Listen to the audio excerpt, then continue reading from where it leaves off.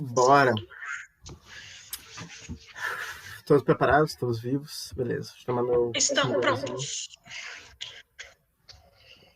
Gente, então, na aula passada a gente falou... A gente vai ficar, teoricamente, 4 aulas falando de Segundo Império, tá? Então, na aula passada a gente falou sobre política interna, tá? As tretas internas aqui dos partidos, Partido Liberal, Partido Conservador, o que o Dom Pedro fez para controlar a casa dele. E hoje a gente vai falar um pouquinho da política externa, né, e tentar chegar na economia ali do café, dos escravos. Mas como é um assunto muito denso, talvez fique para as outras aulas, né? Mas o foco inicial agora vai ser a política externa. Como é que o Brasil se relacionava com os seus vizinhos? Como é que ele se relacionava com a Europa, com outros lugares do mundo, né? E bora lá. A gente está aqui nessa linha do meio aqui do Segundo Reinado, 49 anos, né? Então a gente já está se aproximando do período republicano, que é o período que a gente está nos dias de hoje. Então vocês vão ver muitas coisas familiares nas próximas aulas. Mas então tá. Nossa aula número 12, né? De Segundo Reinado de Política Externa. A política externa, gente, ela vai girar em torno de dois grandes eixos, dois grandes assuntos, que é a relação do Brasil com a Inglaterra e as questões quiplatinas, que a gente vai explicar daqui a pouquinho, que é a região do Rio do Prata, né, que é uma região muito importante, que vai dar muita treta. Tudo que é importante dá treta, né, porque todo mundo quer controlar essa questão. A relação com a Inglaterra ela vai ser uma relação de amor e ódio. Porque a Inglaterra, nesse período, ela vai ser uma das grandes potências mundiais, né? Tanto militarmente, quanto economicamente, industrialmente. E, de uma forma comparativa, a Inglaterra vai assumir um papel parecido com o que hoje é os Estados Unidos. Ela vai ter uma linha de influência muito grande, ela vai comercializar com muitos países e vai tentar influenciar a vida desses países, né? Então, o Brasil, ele está intimamente ligado a esse país, a Inglaterra. Primeiro, a gente tem que falar sobre o Tratado de 1810, que a gente viu nas aulas passadas, foi um tratado feito lá pelo Dom João VI.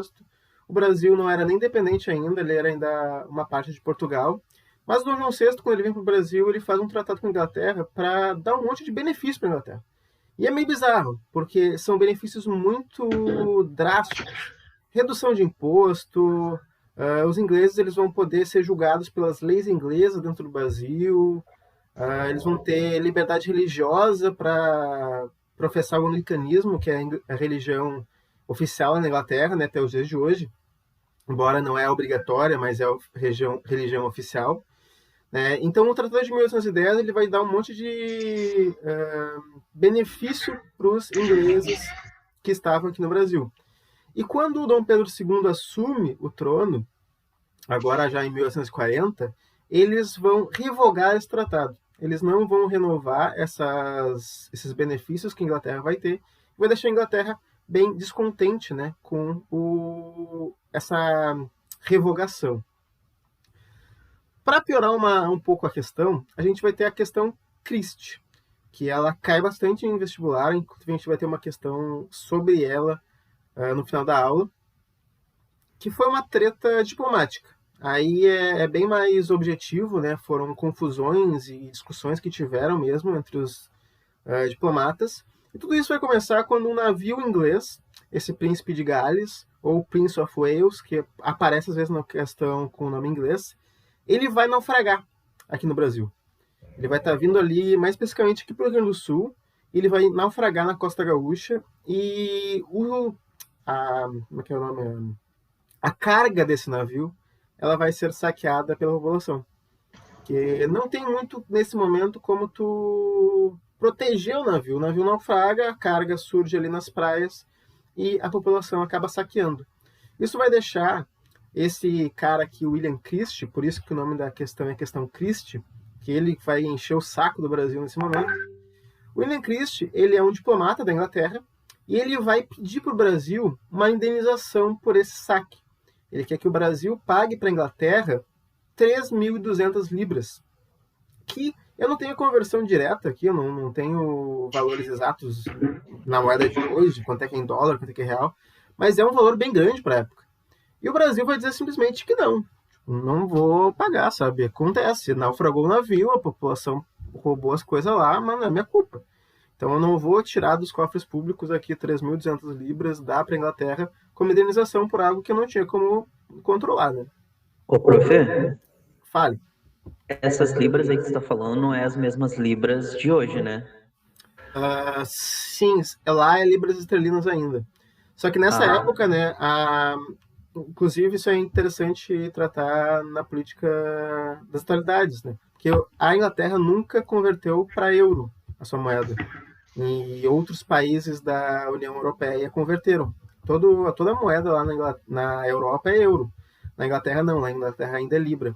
Mas é claro, a libra de hoje é diferente da libra de 1800, né? Da mesma forma que o dólar de hoje é diferente do dólar de lá. O valor é muito diferente.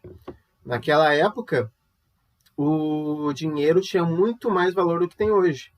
Uhum. Até se for ver filme estadunidense antigo, com US$ 5 tu vai no mercado e faz um rancho. Hoje em dia tu não faz nada lá. Então a inflação ela vai diminuindo o valor do dinheiro. Então 3.200 libras naquela época era um dinheiro muito grande, né? Porque isso depende tipo, da moeda dos outros países também, que também era diferente, né? E Uhum. também tem outra questão. Vocês lembram, vocês estavam lá, a Inglaterra estava se industrializando nesse período, né? Então, recentemente teve o que a gente chama de Revolução Industrial, mas foi mais um processo do que uma revolução, né?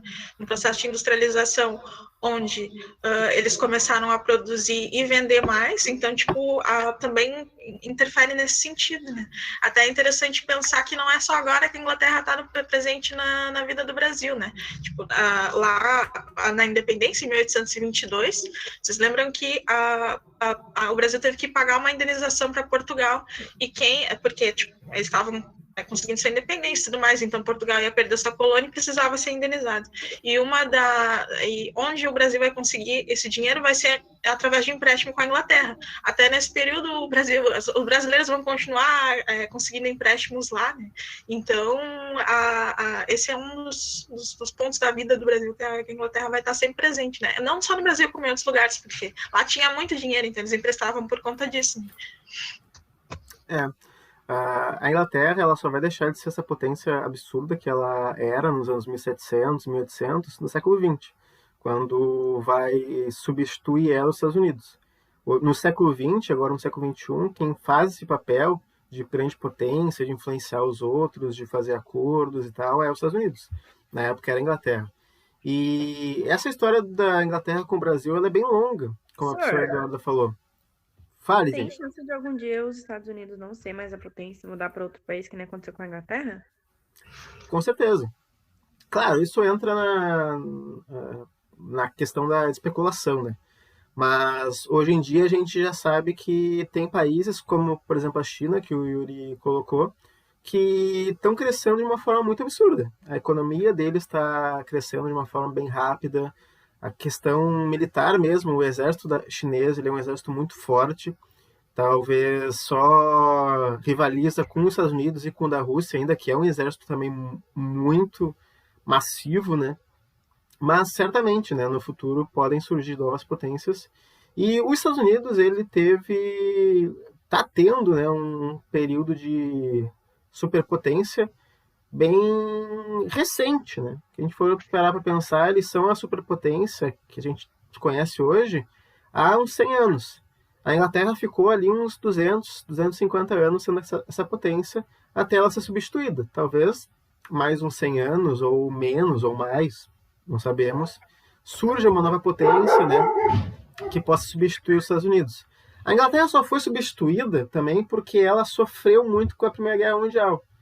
Então, vai saber, né, se no futuro os Estados Unidos vai sofrer alguma crise muito grande, uma guerra interna, não sei, que prejudique ele e dê espaço para outra potência tomar o seu lugar. Tudo isso são variáveis, mas sim é possível. ô, prof, tem alguma coisa a ver, tipo, com a Inglaterra não conseguir, tipo, ser uma grande potência igual os Estados Unidos, por eles ainda terem um regime, assim, tipo, reino, princesas, rainhas e tal? Acredito que não, tá? Porque desde aquela época, essa questão já era mais simbólica do que real, né? Dos anos, no final dos anos 1700 ali, que a Inglaterra tem reis, mas eles estão mais para enfeite do que para fazer alguma coisa de diferença. A grande diferença que aconteceu, o grande golpe que a Inglaterra levou, foram as guerras mundiais. A Inglaterra ela sofre muito nas duas guerras mundiais. Na primeira, ela vai perder uma parcela grande da população. Muitos jovens da Inglaterra vão morrer na Primeira Guerra, apesar da Inglaterra, na Primeira Guerra, não ter batalhas em seu solo, né? E na Segunda Guerra vai ter muito bombardeio nas cidades inglesas e isso vai gerar um número de mortes, um número de destruição muito grande também. Né? Então, para ela se reerguer depois das guerras mundiais, ela vai ter que focar muito mais no seu mercado interno, assim, no seu desenvolvimento interno, em vez de focar nos outros, né? O que não quer dizer que eles vão deixar de ter poder. A Inglaterra ela vai ter muitas colônias ainda no século XX. Para ter uma noção, a Inglaterra só deixa de ter colônias na década de 90. Então, pelo menos eu era vivo ainda. Vocês eu acho que não, porque eu sei que vocês são bem mais novinhos. Mas a Inglaterra até a década de 90 tinha colônias. Então eles vão ter poder bastante até uma época bem recente. E eles chegaram, depois que os Estados Unidos, antes dos Estados Unidos entrar, eles chegam a disputar essa questão da dominância no que a gente vai conhecer como a Guerra Fria depois, né? Vocês sabem que os Estados Unidos ganham a Guerra Fria e não é do nada que a gente sai na rua e vê alguém com uma camiseta em inglês, tudo que é música em inglês, filme em inglês, por conta disso, né? A gente acabou passando por um processo de dominação através da cultura também, né? Que é bem interessante. Uma guerra cultural. Gente, um outro ponto, só para esclarecer melhor. Um dos motivos também pelos quais os Estados Unidos cresceu tanto com as guerras mundiais foi que não teve batalha nos Estados Unidos. Né? Não teve guerra lá. Então, eles venderam arma para todos os países que estavam lutando para a guerra, né? Que, claro, que estavam do lado deles. Eles foram para o outro lado do mundo, destruíram coisas, saquearam coisas, mas a sua cidade, seu território não foi atingido. Então, eles não tiveram que se preocupar em se reconstruir. E daí isso deu uma vantagem bem grande para eles crescerem como potência.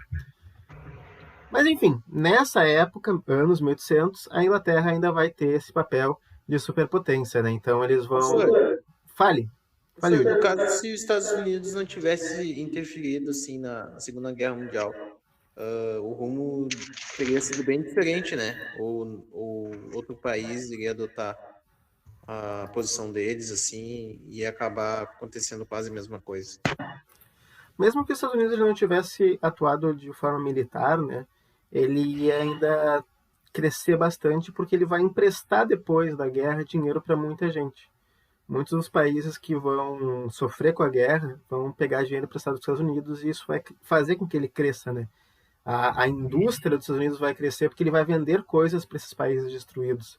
Então, é um pouco difícil a gente imaginar que ele não se envolvesse. Claro, vamos pensar, os Estados Unidos não entram na guerra, mas mesmo que ele não entrasse na guerra, ele ia lucrar muito com ela. Né? Então, pelo menos, eu não consigo ver essa possibilidade dele não lucrando. Ele sempre vai querer vender para quem quer comprar. E daí, depois da guerra, ele vai ter um mercado muito grande, né? Inevitavelmente. Ok? Então tá, galera. Voltando aqui, Inglaterra, 1800 e poucos, eles são a grande potência mundial. E eles vão, assim como os Estados Unidos são hoje, eles vão achar que eles são donos do mundo. Eles vão fazer um monte de baderna em todo lugar, e vão pedir indenização de coisas que eles não deveriam pedir. E o Brasil ele já vai estar crescendo um pouquinho e vai estar negando esses avanços ingleses. Né? O Brasil agora ele vai tentar, a partir do Dom Pedro II, se segurar nas próprias pernas. Então ele não vai pedir tanta ajuda para a Inglaterra. Vocês vão ver que ele vai pedir bastante ali na Guerra do Paraguai daqui a alguns anos. Mas, nesse momento, o Brasil vai já negociar algumas coisas.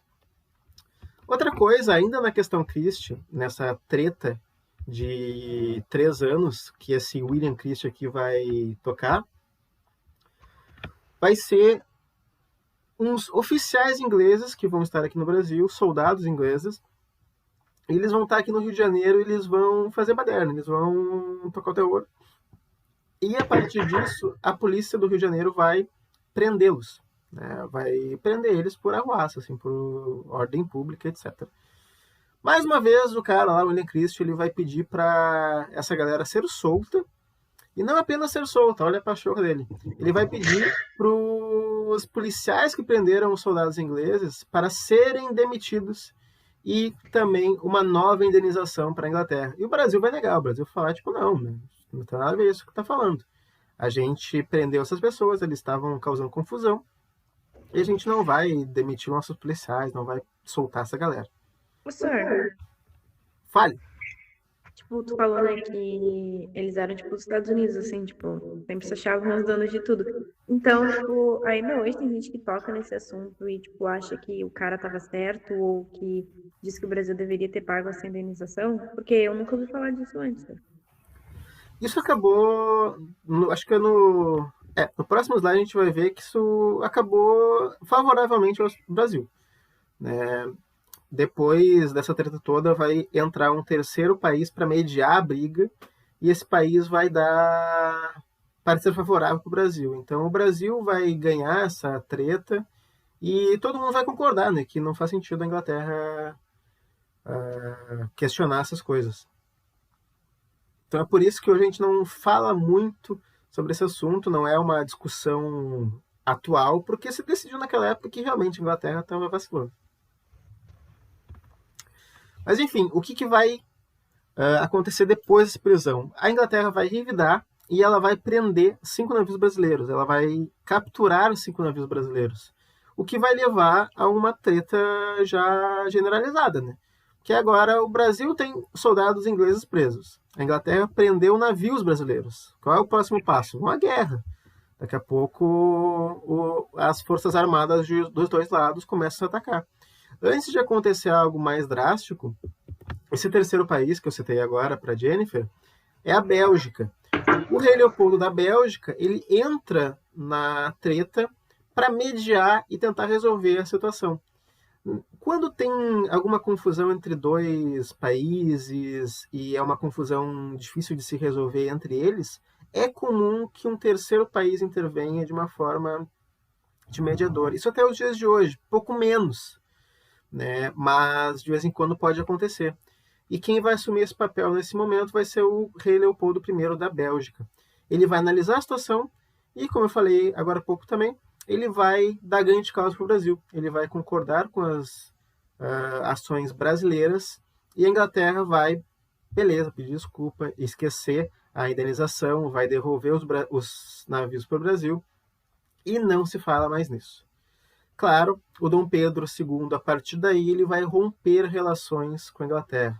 Vai parar de ter conversa com os reis de lá, vai parar de ter conversa econômica, parcerias econômicas, e por alguns anos o Brasil e a Inglaterra vão ficar de mal. Corta aqui. Certo, gente? Entendido isso da questão. Tudo isso por causa de um navio ter ficado... Por causa de uma frase de um navio. Meu Deus. Isso foi um grande estopim, né? Porque, na verdade, o que a gente considera nos dias de hoje é que tudo isso foi... como é que é a palavra? Tudo isso aconteceu porque a Inglaterra estava descontente com o Brasil não se curvando mais a ela, né? Não dando esses benefícios que antes ela tinha. Então, qualquer coisa que acontecia, a Inglaterra já implicava e tentava sair por cima, não porque ela realmente acreditasse que ela estava certa, mas de uma maneira de se sobrepor ao Brasil. Então, todo mundo aqui deve ter visto uma situação parecida, né? A gente sabe que está errado, mas a gente quer porque quer ser considerado certo, quer que as pessoas vejam que a gente está certo. Então, isso é algo que acontecia também na questão política, né? Na questão diplomática. Tipo, antes disso, em 1830, o que eles fazem, o que se chama de a lei para inglês ver, né? Que acho que isso irrita um pouco eles também. Porque eles dizem que tá, a gente vai abolir o tráfico de escravos, então, porque a Inglaterra quer que a gente faça isso. Só tá ficando normal, só que daí, tipo, os ingleses, como eles têm navios, eles fazem já a proteção, da via marítima brasileira, eles vão aprender muitos desses navios e isso vai deixar eles muito putos, assim, porque, tipo, tá, vocês disseram que eu aboli, não aboli porcaria nenhuma. Aí vai ser abolido mesmo só em 1850, né, tipo, 20 anos depois. Mas tem isso, assim, tipo, eles querem afirmar esse poder que eles têm nas terras dessa colônia, do que era a colônia, né, que eles estão achando que é a colônia deles, mas não é. Ai, ai. Gente, então, outra coisa que a Inglaterra ela vai pegar bastante na relação do Brasil vai ser a questão escravista. Por quê? Porque a Inglaterra, desde o final dos anos 1700, ela vai pressionar os outros países a acabar com a escravidão. Mas não porque ela é um país muito bonzinho, um país muito altruísta. A gente comentou agora há pouco que a Inglaterra vai ter colônias até a década de 90 agora. Então não é que ela não quer que um povo seja subjugado, que um povo seja dominado. O que ela não queria era a escravidão. E por que ela não vai querer a escravidão? Porque a Inglaterra estava num contexto industrial, né? E a industrialização, ela é um tipo de economia que funciona melhor com um povo assalariado, um povo que tenha sua própria renda e possa gastar, comprar produtos. Então, para a Inglaterra, que era um país muito industrializado, era muito melhor que os outros países tivessem pessoas assalariadas que comprassem os produtos. Tem um país que nem o Brasil, que tinha uma quantidade enorme de escravos, não era vantajoso, não era lucrativo para a Inglaterra. Então, ela vai pressionar o Brasil a acabar com a escravidão. Óbvio, o Brasil não vai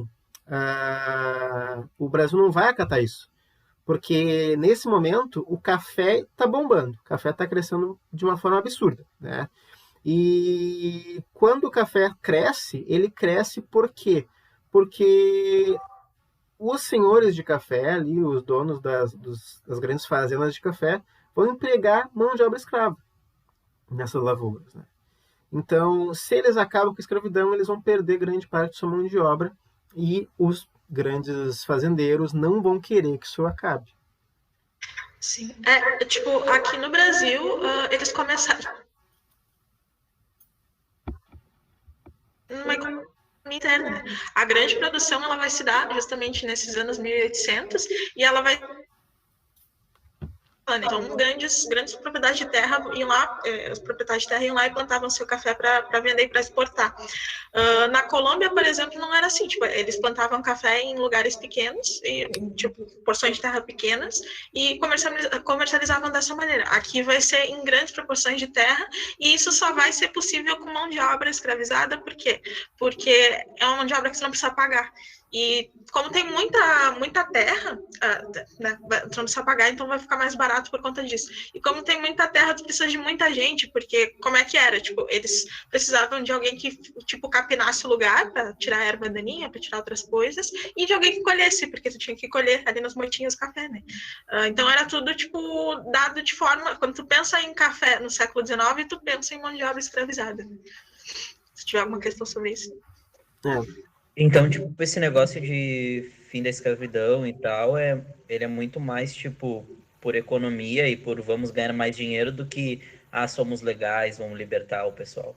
Sim, com certeza.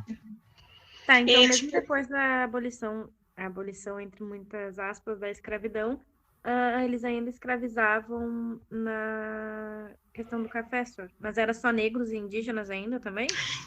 A abolição da escravidão ela vai ser só em 1888. Mas o que acontece? Tem um processo degradativo, que é o que a gente estava conversando há pouco. Tipo, primeiro eles abolem o tráfico, né?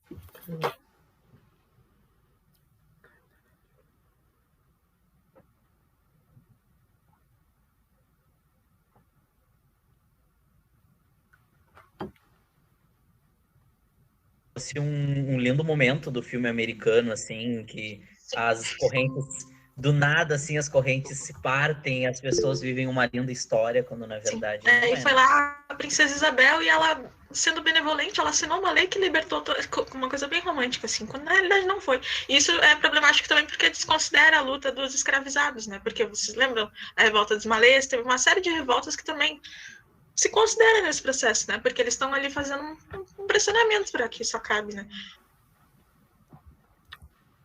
Acho que o Gabriel voltou. Voltei, gente. Deu uma quedinha aqui. Alguém falou ali da questão da Jennifer? Não sei se tu já comentou ali do capitalismo. Não. Então, se tu quer falar, eu falo.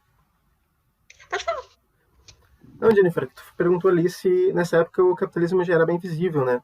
E realmente o capitalismo ele vai surgir ali meio que junto com a industrialização, ali nos anos 1700. Tem gente que trata o mercantilismo, que é aquela linha econômica lá do absolutismo e tal, como um proto-capitalismo já, né? Então, o capitalismo ele já é bem antigo. Mas a partir da industrialização, a partir das indústrias lá na Inglaterra, o capitalismo ele vai ter essa forma que a gente vê nos dias de hoje. Então, é bem essa lógica que hoje em dia ainda é aplicada, né? Quanto mais gente com salário, quanto mais gente podendo comprar os produtos, melhor para as grandes empresas. Ok?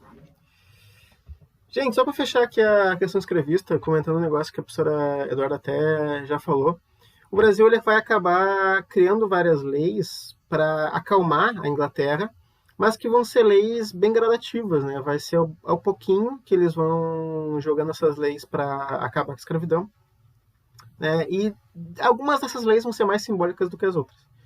Então é aí que chega esse termo lei para inglês ver, coisa para inglês ver, que é uma coisa que tu faz meio que de fachada, né? Simbolicamente tem um significado, mas na prática não vai mudar muita coisa.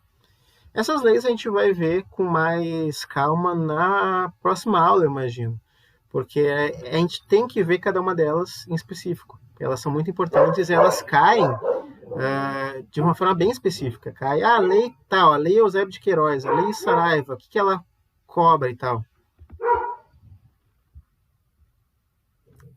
Certo, gente? Certo. Mas então tá. Tudo é tranquilo aqui, questão da Inglaterra, gente. A questão da influência, a questão Christie. Vocês entenderam bem essa vibe, essa treta? Sim. Beleza. Que vai ter uma questão no final. O navio tombou, o Brasil moqueou as coisas do navio. Basicamente. Romperam relações por causa de um naufrágio. Tudo tem que ter um estopim, né? Tudo tem que ter uma treta que vai acabar com tudo. É que nem em caso quando a gente briga com alguém, tipo, nunca é a gota ali do copo d'água, né? Tipo, é sempre alguma coisa, que a gente já tá puto com alguma coisa, daí acontece que a pessoa fala alguma coisa que não. Deixa cair um copo e fale. Esse William Christie, ele, tipo, não era nada além de um diplomata, né? Ele não era, tipo, um político da época ou algo assim. Não, ele era um diplomata. Eu não sei se ele era embaixador da Inglaterra, mas ele era um representante da Inglaterra aqui no Brasil, né? Ele era um representante dos interesses ingleses, né? Ele que conversava com um diplomata, né? Um emissário de um país, ele vai sempre interceder sobre o país que ele é emissário. Então, o William Christie ele vai estar aqui no Brasil fazendo esses pedidos. Certo, gente? Certo. Que... Eu não sei se depois ele não se tornou político, eu realmente não tenho essa informação de cabeça. Mas aqui ele vai ser mais importante por causa dessa questão, ele vai dar nome a esse evento, né? Então, isso que vocês devem ter em mente. Partindo um pouco agora para a América Latina, porque a gente falou lá da Europa, né, da relação do Brasil com a Inglaterra, e agora a gente vai falar da relação do Brasil com os seus vizinhos. Né? E a gente chama essa questão de questão platina justamente por causa do Rio do Prata, que vai ser um rio muito importante aqui da região, ele vai banhar ali o Paraguai, a Argentina, o Uruguai, e o Brasil vai querer ter a influência desses outros países, então ele vai estar sempre mexendo na questão platina. Ele vai ser uma série de guerras, série de conflitos E alguns desses conflitos a gente já viu, né? Quando a gente fala de quando o Brasil conquistou o Uruguai, lá com Dom João VI, quando o Brasil perdeu o Uruguai se tornou independente lá na época do Dom Pedro I, isso tudo entra na questão platina também. São conflitos que a gente coloca nesse grupinho. Mas, claro, a gente trata eles antes, porque faz mais sentido a gente tratar eles antes, né? E aqui na questão platina a gente tem dois grandes grupos, que são os blancos e os colorados, que vão ser grupos que vão existir no Uruguai, na Argentina e no Paraguai. Basicamente, os blancos e colorados são o que aqui no Brasil seriam os liberais e os conservadores. Os brancos, eles seriam os conservadores, né, desses países, e os colorados seriam os liberais desses países. Então, eles vão ter também as mesmas discussões que a gente vai ter aqui no Brasil. Centralismo, federalismo, mais indústria, mais agricultura, todas essas tretas que aqui no Brasil vai estar tendo, lá eles vão ter também.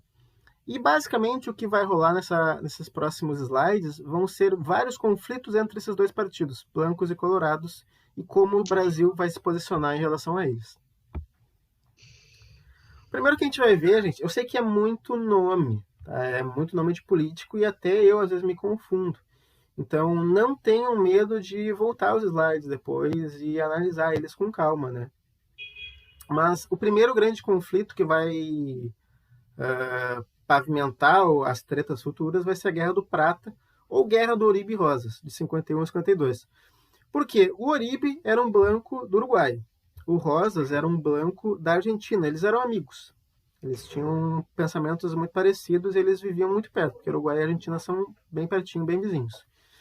E no Uruguai tinha um rival do Oribe que era o Rivera, daí que vem o nome da cidade. E na Argentina tinha um rival do Rosas que era o Urquiza. E o Brasil não vai gostar de ter blancos governando a Argentina e o Uruguai. Então ele vai invadir a Argentina, ele vai invadir o Uruguai e vai ajudar esses rivais a depor os blancos. Então, no final das contas, o Rivera no Uruguai vai derrotar o Uribes e o Urquiza na Argentina vai derrotar o Rosas e o Brasil vai ficar bem felizinho com essa mudança. Colorados no poder nesses dois países, o Brasil vai ter mais aliados nesses países. Então, o Brasil aumenta o seu controle da região. Certo, gente?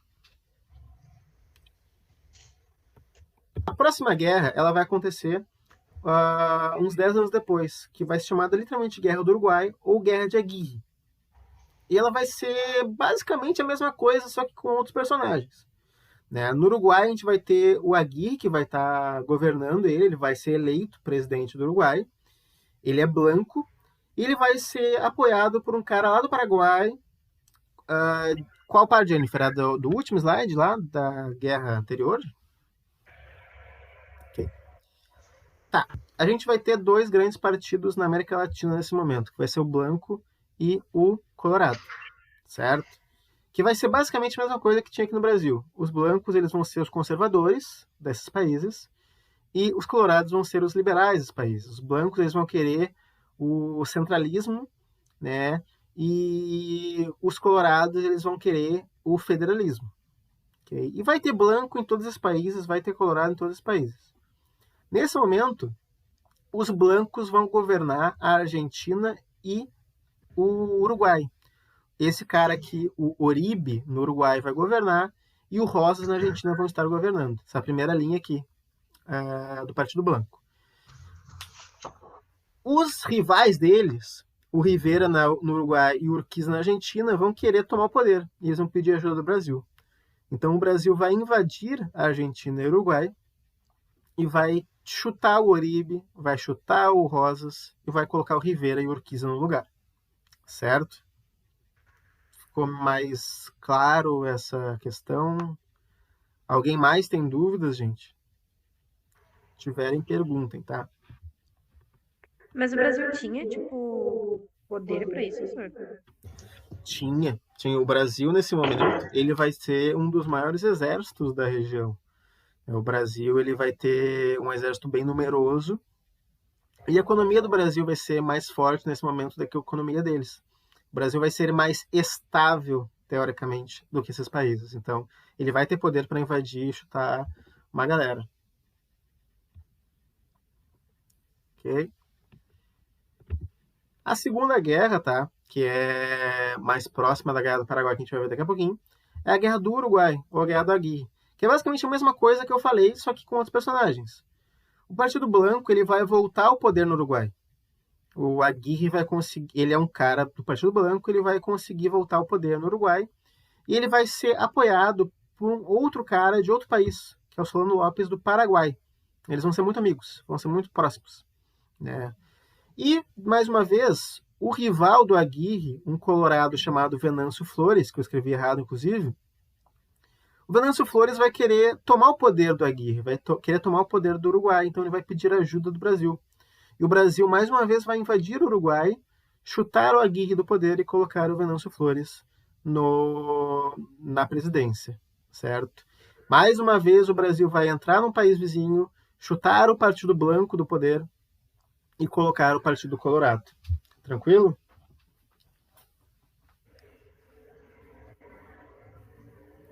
A partir disso, esse terceiro carinha aqui, o Solano Lopes, ele vai ficar bem irritado com o Brasil. Ele vai começar a ficar bem rancoroso com o Brasil toda hora invadindo os países vizinhos e mandando e desmandando.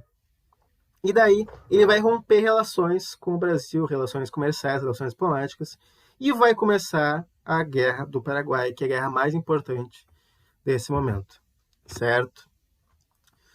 Antes disso, a gente tem que falar um pouco do contexto no Paraguai, desculpa. E o Paraguai, ele era diferente de todos esses países em volta, porque ele era mais independente economicamente, e ele tinha uma série de avanços nos últimos anos que os países ao redor não tinham. Aqui eu citei alguns.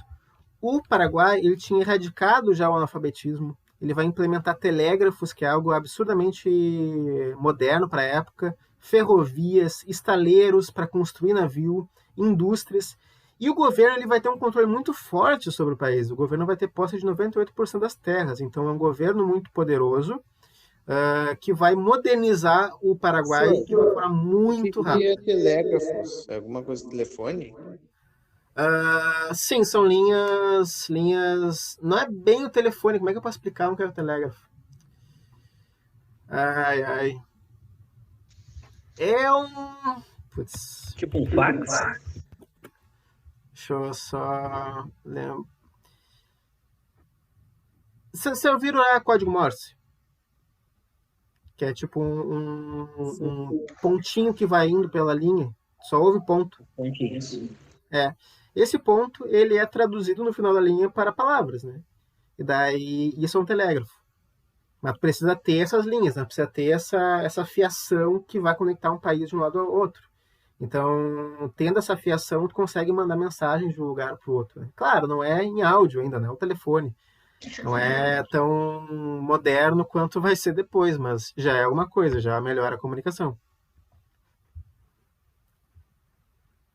Tudo cabeado. Mas enfim, o Paraguai ele vai ser um país muito mais...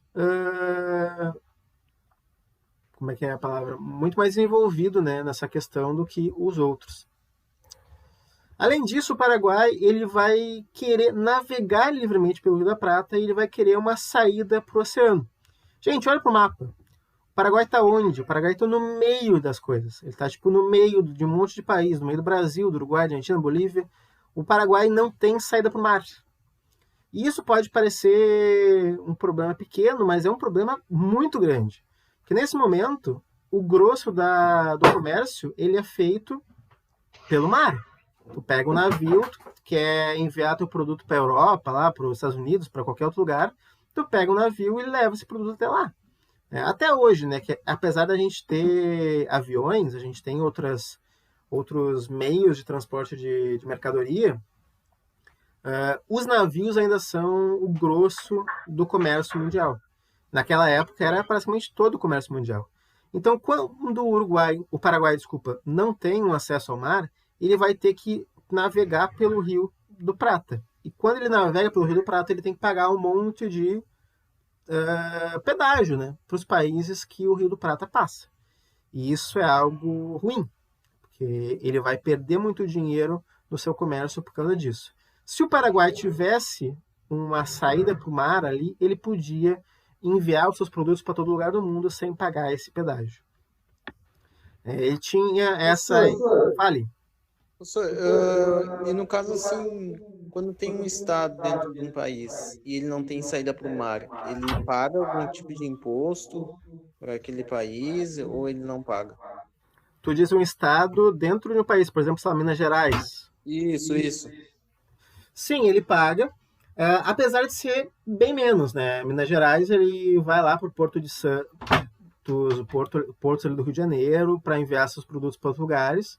E ele paga, assim, tarifas para os estados de São Paulo, estado do Rio de Janeiro, que tem portos. É muito menos do que um país pagaria para outro, né? Porque estão, teoricamente, dentro da mesmo rolê, né? Mas sim, os estados pagam. Ok? Então, gente, o Paraguai ele tinha essa ideia de conquistar o Paraguai maior, que seria um Paraguai que tivesse acesso ao mar, que tivesse mais posses e mais território. Né? E aproveitando os conflitos, né? Aproveitando esse clima de disputa com o Brasil, o Solano Lopes, que já estava descontente com o Brasil mexendo no Uruguai, mexendo nos seus amigos, ele vai decidir declarar guerra ao Brasil. E não se enganem, gente, quem começa a guerra vai ser o Paraguai, caso caia numa prova. Então, o Paraguai que declara guerra ao Brasil. Claro, a resposta do Brasil vai ser muito forte, né? E eventualmente o Brasil vai acabar ganhando, mas quem começa a guerra é o Paraguai. Então, em 64, o Paraguai começa capturando navios do Brasil, né? Ele começa declarando guerra ao Brasil, mas em 65, um ano depois, vai se formar a Tríplice Aliança, um grupo de Brasil, Argentina e Uruguai, né, que vai se unir para bater em conjunto no Paraguai. Por fora disso, a gente vai ter de novo a velha Inglaterra. A Inglaterra vai emprestar dinheiro para esses três países, vai emprestar arma para esses três países, porque a Inglaterra vai ter um interesse muito grande no Paraguai se ferrando. E por quê? Qual vai ser esse interesse? Isso é meio que especulação até os dias de hoje, mas se teoriza que o Paraguai poderia se tornar um rival da Inglaterra aqui na América do Sul, porque o Paraguai estava se industrializando de uma forma muito grande. Ele tinha uma economia muito forte, uma economia que rivalizava o resto dos países vizinhos. Então, quando a Inglaterra viu o Paraguai ali se crescendo demais, se fortalecendo demais, e ela vê que os outros países já estão ali meio putos com o Paraguai, ela vai botar fogo ali botar a lenha na fogueira, né? E vai apoiar o Brasil, a Argentina e o Uruguai para derrotar o Paraguai. Certo? Alguns anos depois, em 68, a Argentina e o Uruguai decidem parar com a guerra e o Brasil começa a lutar sozinho contra o Uruguai. Contra o Paraguai, desculpa. Por que eles param? Porque em 68 a guerra já está ganha. Em 68, o Paraguai já está assim, já está no final. O Paraguai já está todo destruído, está todo em crise. Então a Argentina e o Uruguai não veem motivos para continuar lutando. Mas o Brasil ele vai insistir. E isso vai ser uma grande crítica ao Dom Pedro depois. Porque o Dom Pedro, mesmo sabendo que a guerra já tinha sido ganha, eles já venceram o Paraguai, já não precisa mais lutar, ele vai continuar insistindo em invadir esse país. E a guerra só vai acabar 2 anos depois, em 1870, quando o Solano Lopes, presidente do Paraguai, ele vai ser morto nessa batalha de Cerro Corá. Certo, gente? Entendido? Entendido. É uma guerra muito densa, tá? Sim, eu não entendi muito bem por que a Inglaterra volta, ela se une com o Brasil, Argentina e Uruguai. Eu fiquei confusa, tipo, o que tem no Brasil, né, que chama a atenção para ela e ajudar eles? A Inglaterra ela vai ajudar o Brasil, Argentina e Uruguai pelo simples motivo de que ela quer se dar bem, ela quer sair por cima de todas as situações possíveis. E quando ela vê o Brasil, a Argentina e o Uruguai lutando contra o Paraguai, ela vê uma ótima oportunidade. Primeiro, porque ela já não gostava do Paraguai. Ela viu o Paraguai como um possível rival ali. Então, qualquer pessoa que lutasse contra o Paraguai, a Inglaterra já gostava, já ia querer ajudar. Segundo, o Brasil, a Argentina e o Uruguai, eles tinham força para invadir, né? Eles tinham força para lutar. Mas quando tu entra numa guerra, quase sempre tu vai ter que comprar armas, tu vai ter que pedir empréstimos. E nesse momento é a Inglaterra que vai dar estas armas, quem vai dar esses empréstimos. Então a Inglaterra vê nessa guerra uma grande oportunidade de negócios. Pô, eu já vou estar ajudando a eliminar um rival meu, né? E eu vou estar lucrando, vendendo arma para a galera que vai bater no meu rival. Então a Inglaterra vê todos os motivos para ajudar o Brasil, a Argentina e o Uruguai. Tá bom, entendi. Obrigada. Certo.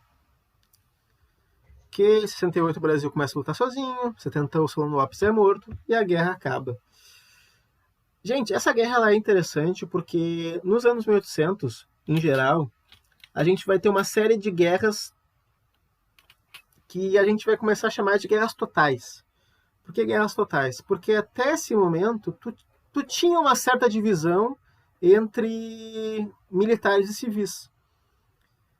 Agora, tu vai cada vez mais eliminar essa linha que vai separar militares e civis.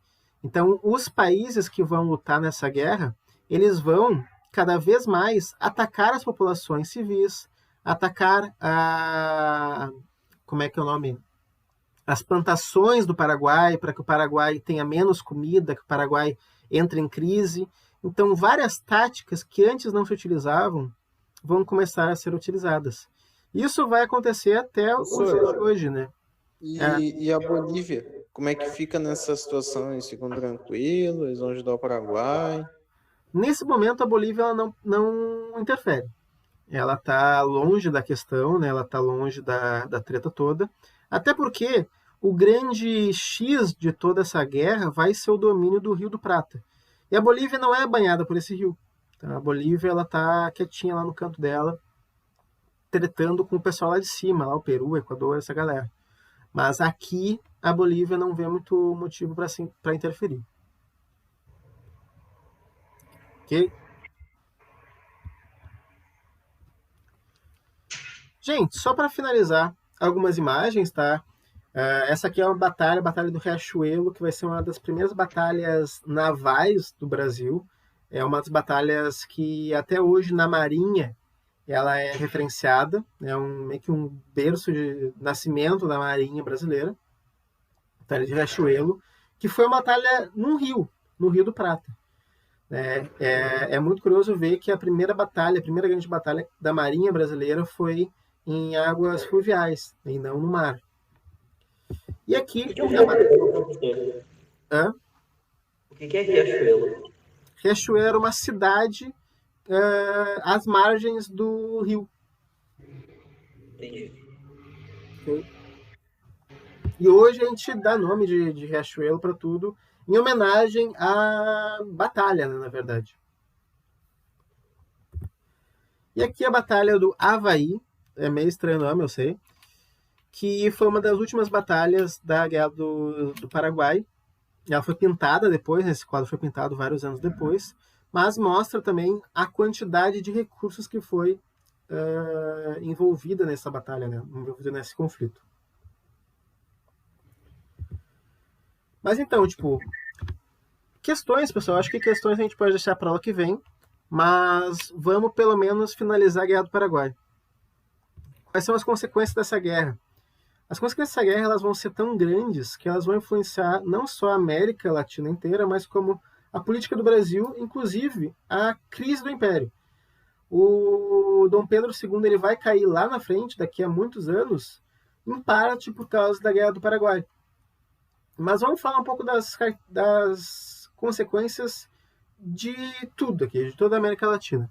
O Paraguai ele vai ser destruído, né? Ele vai ter uma crise absurda, 600 mil paraguaios vão ser mortos, e não vai ser só soldado, vai ser população civil também. Inclusive, um dos grandes nomes brasileiros que vai lutar na Guerra do Paraguai vai ser o Duque de Caxias, o mesmo cara que acabou com a Guerra dos Farrapos aqui. Ele já vai ser mais velho, mais experiente. Ele vai comandar os exércitos brasileiros e ele que vai ser responsável por esse número altíssimo de mortos. E existem até hoje relatos de que verdadeiras atrocidades foram cometidas, né? Massacres de populações civis, envenenamento de rios, né, para matar uma cidade inteira de doença, né? Então, táticas muito brutais que foram empregadas pelo exército brasileiro para derrotar o Paraguai. Mas não só derrotar, mas destruir mesmo, colocar o Paraguai no chão. Para ter uma ideia... Eu não sei falar isso agora, mas, tipo, 600 mil era, tipo, a metade da população do país inteiro, então, assim, foi um negócio bem hardcore. E não só metade da população, mas tu pegar a população masculina, chega a ser, tipo, 90% das pessoas que morreram. 9 a cada 10 homens morreram na Guerra do Paraguai. Então, tu vai ter nos próximos anos, depois da guerra, uma queda de natalidade muito grande. Tu vai ter, onde deveria nascer um número X de criança, tu vai ter tipo 1/10 dessa natalidade, o que vai se refletir no Paraguai até os dias de hoje. O Paraguai ele nunca conseguiu reerguer essa economia aos moldes do que era antes. Claro, ele conseguiu se reconstruir de certa forma, mas ele ainda está muito atrás dos seus países vizinhos, né? O Paraguai está muito atrás da Argentina, do Uruguai, do Brasil, até os dias de hoje. Isso é um reflexo da destruição que o Brasil causou nessa guerra. Além disso, além desses 600 mil paraguaios mortos, entre soldados e civis, a gente vai ter 40 mil soldados brasileiros mortos, que em comparação pode parecer pouco, né? Mas para aquela época era uma parcela muito grande do exército. Então o exército brasileiro também vai sofrer bastante com essa guerra.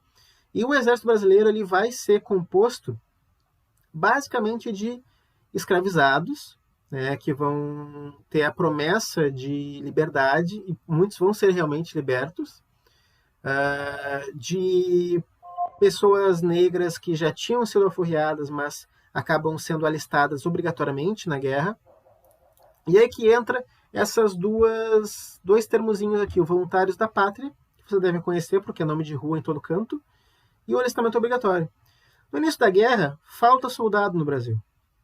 Eles têm um exército muito, muito poderoso, mas eles percebem que tem que ter mais. Então eles criam meio que essa campanha, né, os Voluntários da Pátria.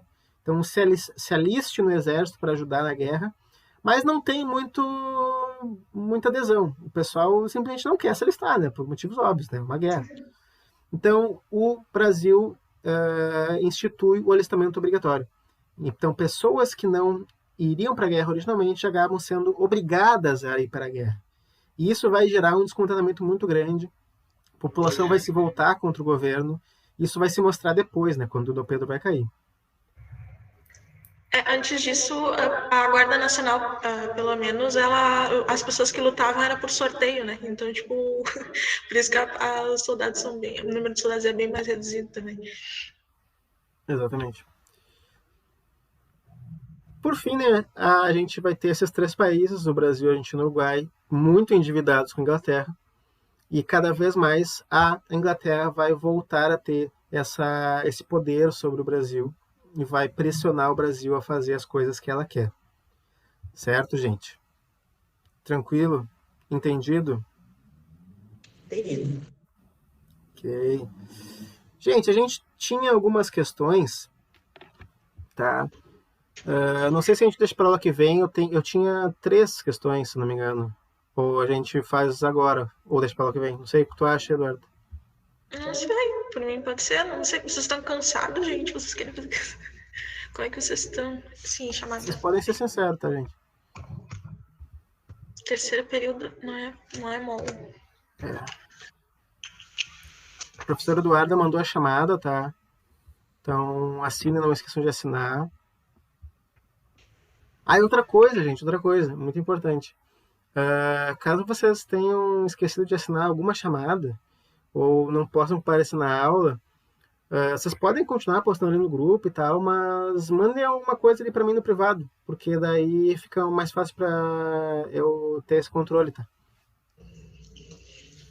Mas enfim, gente, acho que vamos deixar as questões para aula que vem, para vocês pensarem no conteúdo, né? Até pesquise sobre a Guerra do Paraguai, venham com dúvidas, venham com novas informações. E na aula que vem a gente fala das questões e aí entra no café, na escravidão, nas leis, que são muito interessantes, e a gente prossegue com o conteúdo. Beleza? Então é Eu isso. amo todo mundo calado, assim, bem quietinho. Todo mundo quieto. Esperando, tá ligado? Por favor, acaba. Por favor, acabe. Pelo amor de Deus, próxima aula. Aí a gente tava só esperando, assim, quando o professor falou, mentira, como eu queria fazer essas questões. Mas beleza, né? Eu vou lembrar disso, vou lembrar no futuro. Então tá, pessoal. E ameaças, o professor vai tirar alguém da chamada e vai mentir que a pessoa Vou zerar não as pessoas. Gente, não dá pra rodar no cursinho, vocês não fiquem com medo de falar, tá? Podem falar. Mas então tá, gente. Boa noite, bom descanso e até a próxima aula. Valeu pela aula, professores. Boa noite pra Valeu. vocês. Tchau. Tchau, gente.